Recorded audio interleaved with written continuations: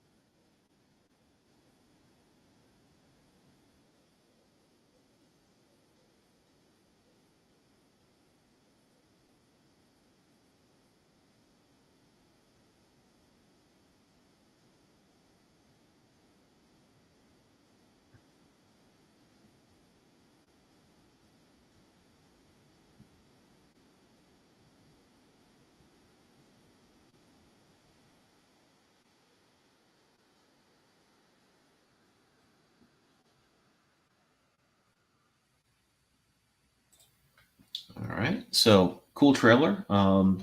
Obviously, I think it's a cool looking book. It's met its goal, so there's still 13 days to get in on this, and you can check it out here at Kickstarter. I'm going to put the link in the description. Just in the comments here. But yeah, I guess while we're waiting for Ben, I was just going to run through, look at some of this great art, and just learn a little bit more about this world. So a few things I really like about this is the logo and this Genesis font, which I think is meant to emulate the Sega Genesis font a little bit, which I think is cool. If you grew up when I did, you probably have some nostalgia about that. So this series has been going on for a while. This is number 3. Obviously, there were 1 and 2. I did not see this before, this campaign for number 3. So I'm looking forward to finding out more about this world. As you know, if you've been checking out the channel, I'm a huge fan of Westerns and sci-fi and dystopia. My book, August, Purgatory Underground, which you can check out in stores from Red 5 Comics. You just have to let your retailer know you'd like to order it.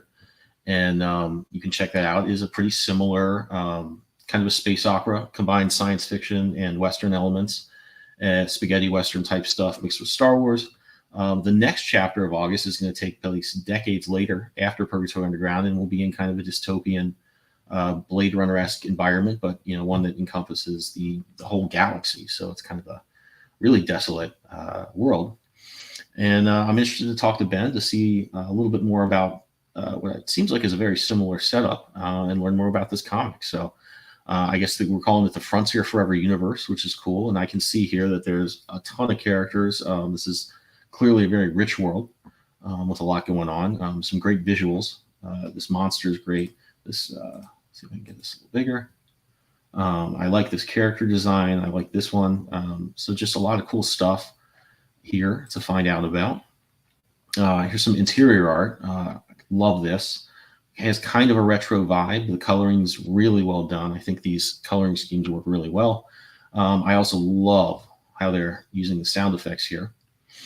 And I also like Ben calls these comic installments illicit histories, which I think is a fun conceit as far as a way to talk about these. So some pretty cool stuff here.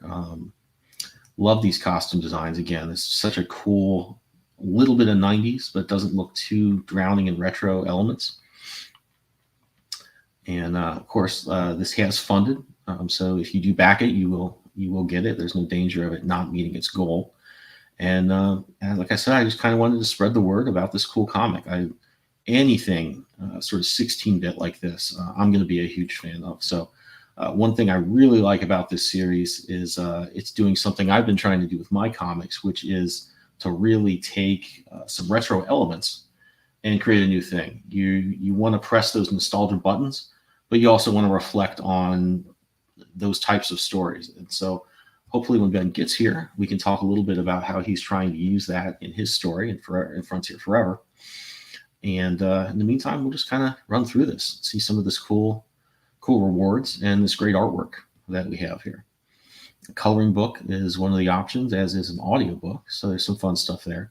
I don't know how many of you other creators out there have kind of experimented with other applications for your story. I did a little bit of that creating the trailers for August. I did hire some voice actors, do some editing, and it was fun to take my comic story, but also be applying that to other mediums in a small way.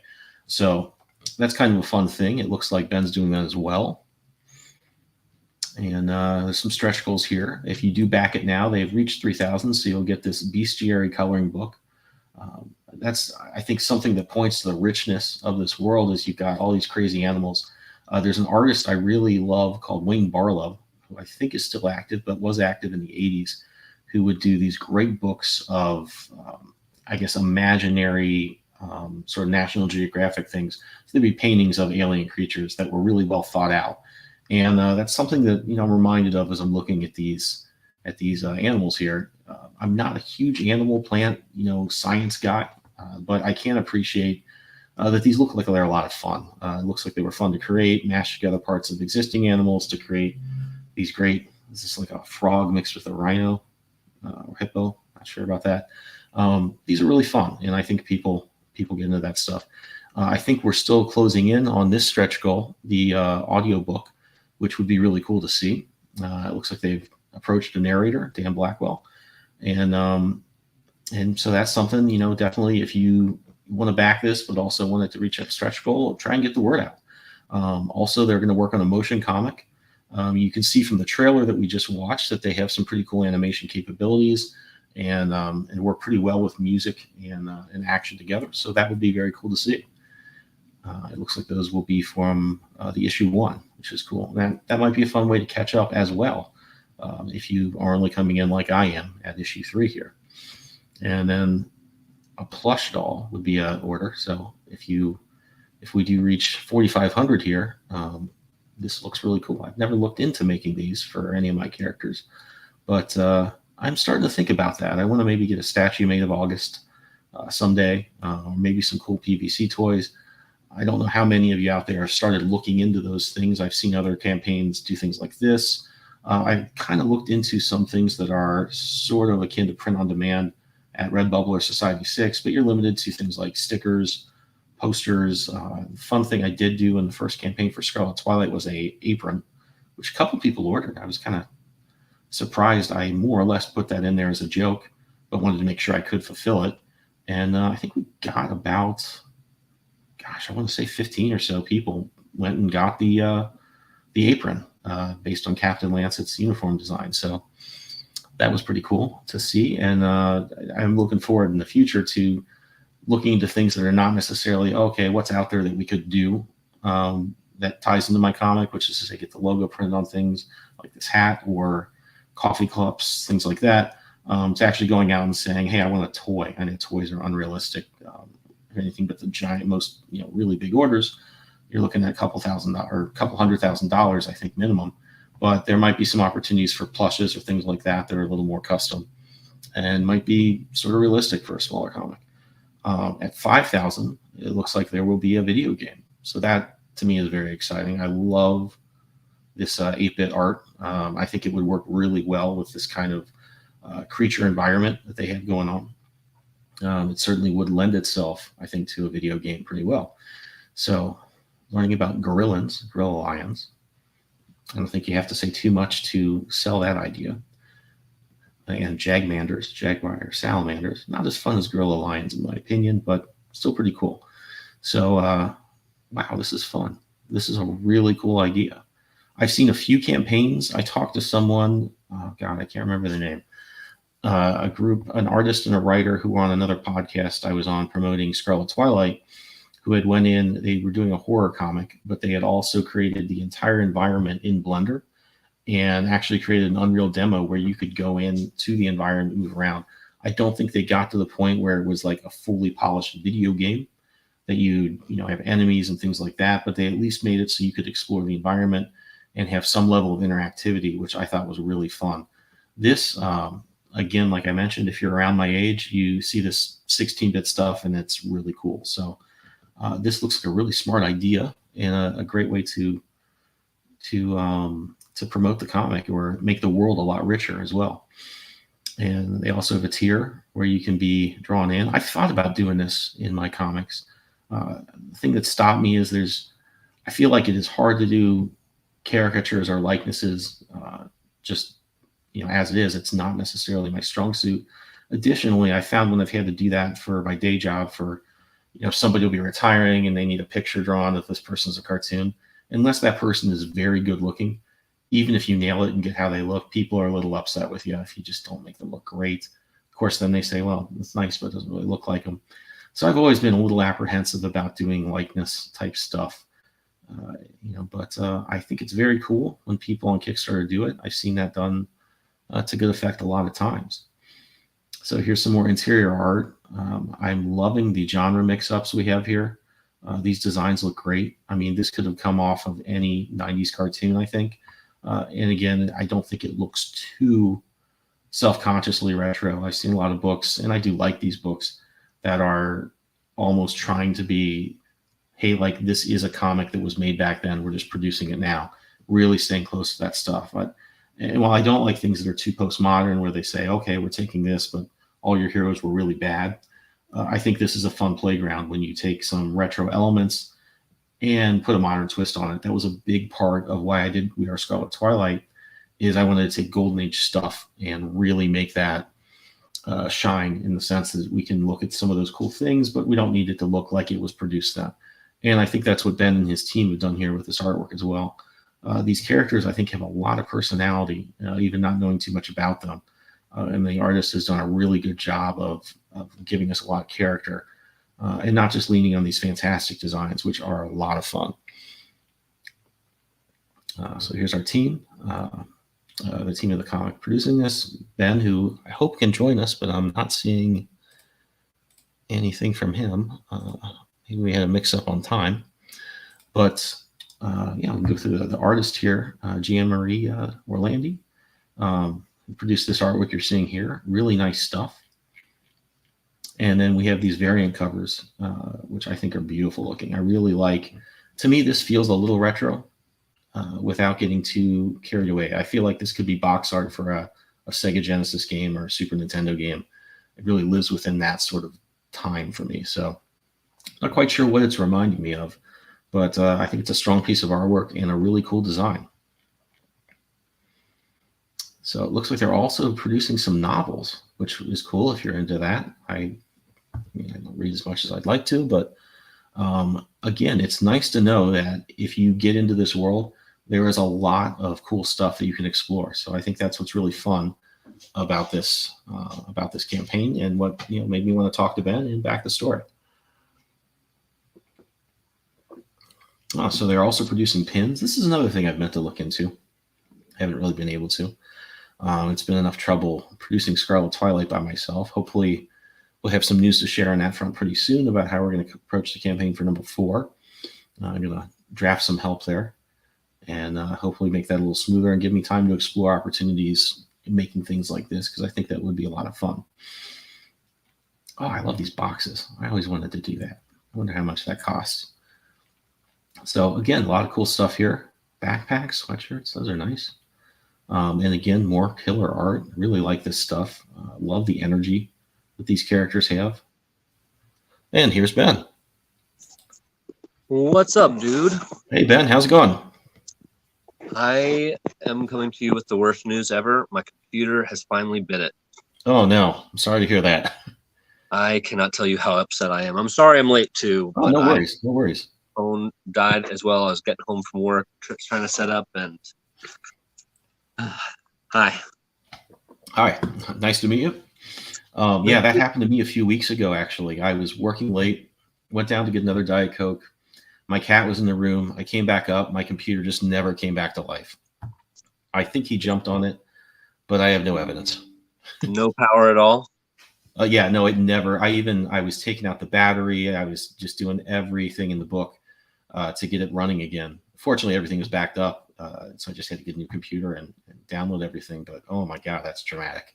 I'm sorry to hear it. I just backed up because I'm in the middle of the publishing process, and everything is backed up. But I was loading up, trying to get online with you, and the screen started to make some funny movements, and it is done. Oh my God, I'm sorry to hear that. I hope it works out. I hope you can get it running again, or don't lose too much. No, I mean, it's just hardware. I have everything backed up. I just did it, but I guess it was good timing.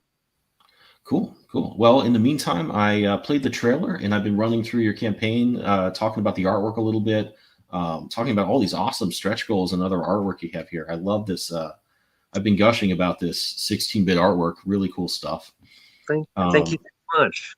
So I'm learning a little bit about this reading. I just backed this as soon as I saw it because it's a genre I'm really into, and kind of my books live in that world as well, or the sci-fi spaghetti western type stuff. But you've got a lot of cool stuff going on here. I know you have some previous issues. It looks like you have some novels, and it seems like you're developing this world out in a lot of directions. Can you tell me a little bit about that? Thank you. Yeah, I mean, that's really the pride and joy of it, is that everything is interconnected in this one world that branches off. It starts. The anthology is 12 stories that the story of how he got from the Earth that we know, which they call Old Earth, up to where the story is, and the machines that we use to colonize the universe take over. The AI is just in charge, and they enslave humanity, and then they set us free without really giving us a good explanation as to why. And they give us, as reparations, they give us unlimited technology. So the universe becomes it's like Ready Player One kind of developed. Like every planet has, just whatever anyone could imagine. And since space is the final frontier in Star Trek, but this is like what happens once everything is totally recolonized and things collapse upon themselves. And the story takes place all on Earth, where you have the Marshal, who you see on that sweatshirt, and she's born as the she's supposed to be saving the Earth, and she is a very conflicted character because she has an AI that's living inside her arm, that they are like a buddy duo cop that goes around trying to see what's going on, and it's they don't have a good time. If you've read issue 1, and if you haven't, I'll send it. I think. Oh, cool. I didn't send you anything. No, but I was just saying before you got in, I just saw this at issue 3 and backed it. So it's cool to know that there's so much more out there. So anyone listening, if you haven't read issue 1, I'll send it to you. Just to mention that you're watching the show, and I'll very gladly let you read. issue one for free. Awesome. It's a lot of fun. Yeah, it looks like I was saying before, God, I love those 90s shoulder pads they have. Yeah, the artist, and he does everything. Gianmaria Orlandi, he does the colors, the colors and the inks and the pencil. It's just like his baby. It's like a retro cinematic style. I am so glad I found him. He is an Italian gentleman, and he's just extremely talented. Yeah, I agree. I love the colors. I do everything myself too, pencils, ink, letters, colors. And I do feel like it's nice to have so much control of everything, because you can plan things out a lot better. You don't have to. You can say, "Oh, I'm gonna solve this issue with color." You don't have to draw everything out in inks and hope someone interprets it correctly or fills in the blanks you hope they will. And I think you get really nice work out of that. So I definitely think this is a case where that is happening. I was saying before, I love how retro this is. I feel like this has a lot of 90s in it. And you can correct me if I'm wrong, but I like the retro, but it also doesn't look like, hey, I'm trying to make something as if it was created in the 90s. It's a cool take on it. And the idea of this AI thing and just being let loose on in the galaxy is a really cool hook. Thank you very much.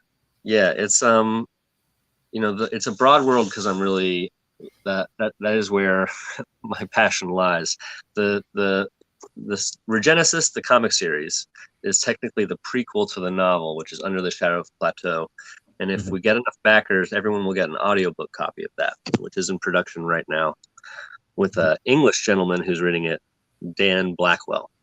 Awesome. Yeah, I saw that. I was kind of going through the campaign page and just looking at some of the rewards and the stretch goals. I've seen a few people doing that. That's a really cool. How was the process for? Did you go search for a voice actor, or was this someone you knew? Like, how did that come about?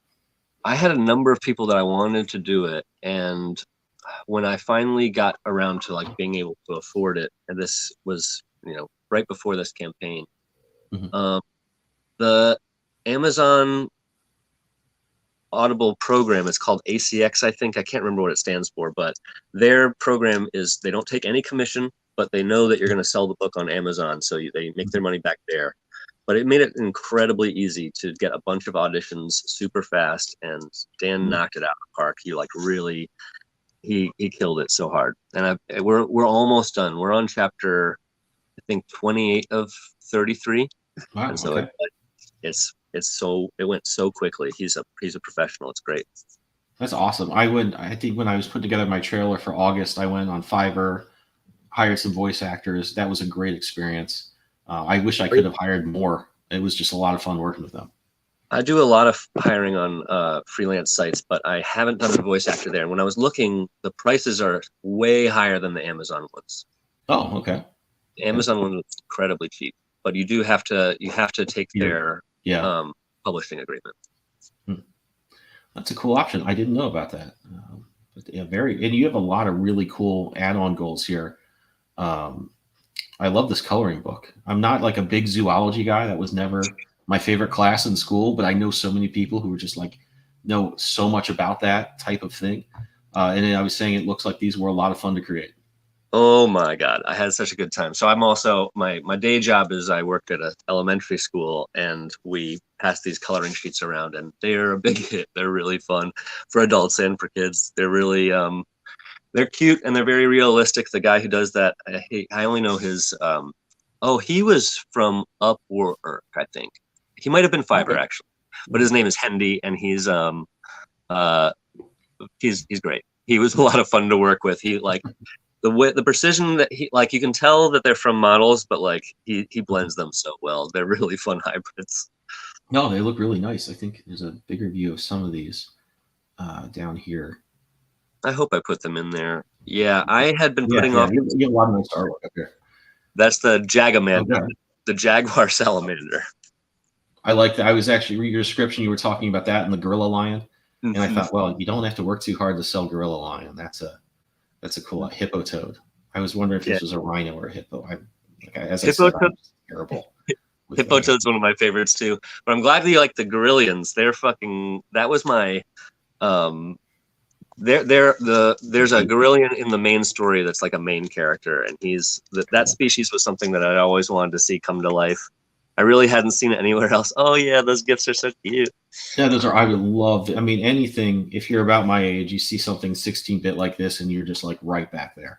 Well, then you have to Love bring to a see whole these. bunch of people. You have to bring a whole bunch of people to my campaign because I think that's the final one. Is the beta for the game that those pixels are from? They're oh my god.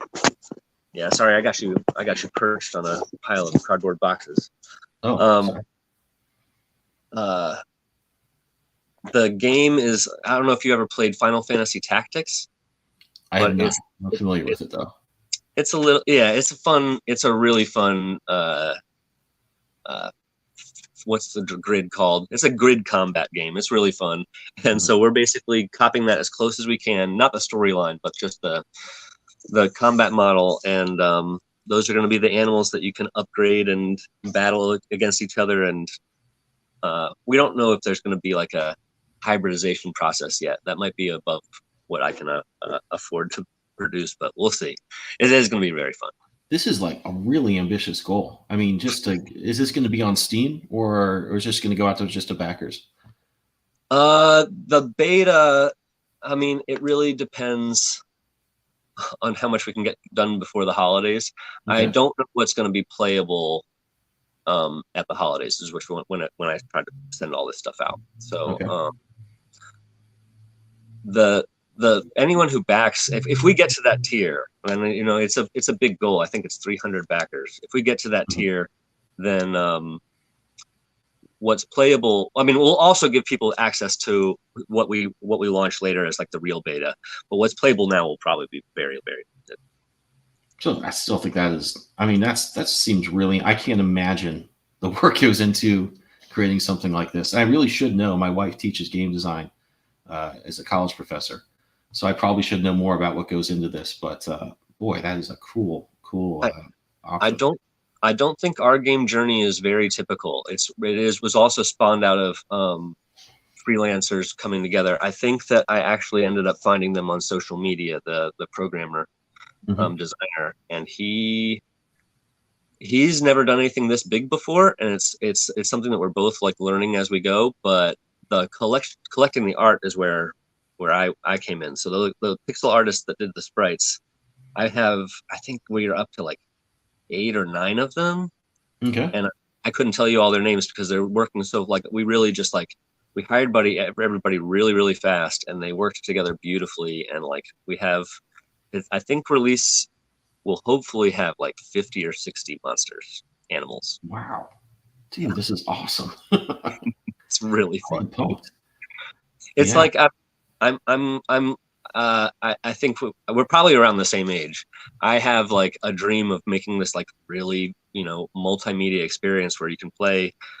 So I'm also making a tabletop role-playing game which has the same rules as the game. So like when you can like level up your Guerrillian offline if you want by playing the tabletop game with your friends. Wow, this is really awesome stuff. How long have you been working on this world? The comics started right in the middle of like 3 or 4 months into COVID. Okay. The comics and everything except for the book. The book started like 2 or 3 years before COVID, but the idea for the universe goes back like 20 years easily. Yeah, no, I'm the same way with I think August, I kind of came up with, I had an idea of what I wanted to do in about 2011, I want to say. Kind of refined that into the characters that are in it in the next year after that. And then I just did draft after draft of it. It took a long time to really come together into the form it ended up as, which was a real pain to do. But yeah, you've got a really rich world here. I can kind of see why it took so long to kind of come together. Yeah, it has been a journey, and I'm loving it. It's really hard. I mean, I'm not loving it right now, honestly. There's so many problems that have been like, this campaign was put off for like 6 months.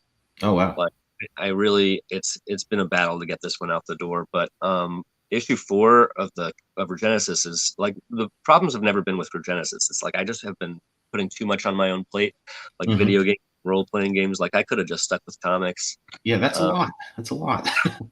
I was doing a little too much. but it's mostly streamlined now, and so like I'm expecting the 2023 to be like the real Roaring Twenties. I think we're gonna do real good. Yeah, I think so too. I mean, there is just a lot to like here. This feels like a lot of things, but it feels really novel, which is one of the things that really I just saw. I was like, wow, that looks awesome. And I feel like while this is kind of a dystopia, and maybe something that's maybe something that happens in the novel, but like this is a good, this is just a really good take on the world with a lot of appealing visuals. So really cool stuff. Yeah, it definitely does fall into dystopian. I think that like things are so messed up, but I mean, it's also very disguised. Like it seems like, in Star Wars, you have like the real disparity between planets like Coruscant Mm-hmm. and Tatooine. Like you can, it has that kind of breadth, but you only see the people on Tatooine. You don't see the people on Coruscant at all. Yeah. So like, that the whole place isn't in shambles, but where you are is messed up. And it's supposed to be like, they're always talking about how good it is to be on Earth because this is like the birthplace of humanity, and they've never found life anywhere else in the universe. It was just them and the AI that they created. And so it's like it's supposed to be Mecca. It's the new Mecca. Everyone's going there to, find humanity again, and it's so messed up. It's a crazy place. You got to read the books. Can't wait to send you the book. No, yeah, no, I'm excited. I don't. So I mean, in my, I talked about this a little. I was waiting for you. One of the things I wanted to talk about was, kind of my story starts off in August 1 is the first story that's out from Red 5 is kind of pretty much Star Wars spaghetti western kind of mashed up with a lot of 80s cartoons, cartoon influences in it. And the next story I'm going to start, hopefully early next year, takes place about 5 decades later in the whole galaxy. It's like The Walking Dead. And there's no zombies, but it's just a complete dystopia. Everything's barren. And I don't know what about the last few years has like kind of made me feel like that was the direction the story was going to go in. It's a little depressing. I don't know if that's just watching too much of the news and feeling like, oh my God, this place is going to hell. Is that kind of something that informed your decision to take the story in that direction, or is just sort of like, hey, dystopian stuff is cool? I was definitely not aiming for dystopian. The important part to me, there are 2 tiers that I built this story on, and one is the character drama between the Marshal and the character in her arm, the AI in her arm, and it's basically the native population, but personified by this pair of twins. And so that like the triptych between them is on one complete level, but then like the societal building is all about it's the frontier thing. It's where does the frontier go once space is colonized, and the answer is it collapses back on itself. So this is very much about how power corrupts, and so things like it's just there's so much focus on Earth that it gets corrupted just because there's just too much power there, and so it gets dystopic through necessity. Like we're discussing the problems that I think will come once we colonize the universe, but it's also very topical. I mean, I should have thought more about your question. I think the answer is also yes. Like we're at another weird transition in technology, and I think like a lot of people do recognize how weird the time we live in is. Like technology and communication technology specifically has done a number on humanity, and we're going through a lot of changes that I think are echoed in like the predictions here. Like what's going to happen when AI takes over? It's fucking a big question because AI is going to have the capability so soon. It feels like that's happening way faster than anyone is comfortable with. Well, you look at when I went. Oh, go ahead. Sorry. No, you're good. You're good. Oh, so this morning when I was at the grocery store, there's a giant robot that follows you around, and I think it like keeps track of what's on the shelves. It's like 7 feet tall. They put like a Santa hat on it for the holidays, which is just even creepier. I sent it to my wife. She said that's literally the most dystopian thing I've ever seen in my life. I've seen one of those in a Walmart. Yeah. Oh, it's so weird. The more they try to make it like fun, just the weirder it gets. But I think in fact, I was just talking to my business partner, and we're just usually gabbing when we go over our billing stuff on Fridays. But we were talking about the same thing. We we've had so many people, and these are people we've known. Some of them he's known for 30, 40 years. I've known for sometimes 20 years. The way that I think people have, gosh, I want to say in a lot of ways degenerated. I think just they do not solve problems in the same way that they used to. And I kind of do place that at the feet of technology. We have gotten used to just being able to not completely engage with problems sometimes. And then it does feel like, boy, this cannot keep going on this way. And then I've seen a lot of people who used to be really on the ball, kind of just like, I'm going to kind of yell at this person and do this thing and not really solve the problem and hope it turns out okay. And that is kind of the basis of the thinking that kind of causes the problems in my stories. It's, you have these giant sort of rebel versus empire type things going on, and the good guys do win, but if they don't win the right way, it causes problems down the line. I guess I do kind of feel like I don't want to be depressing, but that kind of feels like where we're at sometimes when you turn on the news. Like we're just not really getting in there and solving the problem in a way that's sustainable. Yeah, I couldn't agree more. Socially and in terms of that's a great reason to create art. I think it's why comics are so fucking cool. I agree completely. Yeah. I mean, and it's kind of I don't want to get too much into that's psychoanalyzing it, but it's like, it kind of is a good way to engage. I mean, I'd almost feel like I'd go nuts sometimes if I didn't have a kind of creative box to put all these things into. So it is kind of a nice way to deal with that. And I think another cool thing, and I don't know if you agree with this or not, but I think when you're taking something really fantastic like science fiction type stuff, but kind of giving it the DNA of our problems now, it feels a lot more lived in and I feel like it adds to the stakes a little bit. This is my take on it. But yeah, I think it's really, I love this world. Definitely looking forward to learning more about it. So hopefully we can get some more eyes on this. Would love to see that video game, obviously. Mm-hmm. And yeah, cool stuff. Well, I got to get going in a little bit. I have some chickens to put away outside. We just we hatched some chicks a few weeks ago that are now living outside. So I need to go make sure they found their way to their coop before it gets too cold. But dude, thank you for stopping by. It was awesome to talk to you. I will send you a link to, I'm going to edit some of this stuff together in some shorter videos that are a little more view count friendly, hopefully. And I'll send you links for those when I get to do them. And hopefully we'll get some more eyes on this campaign, because I would definitely like to see more of this.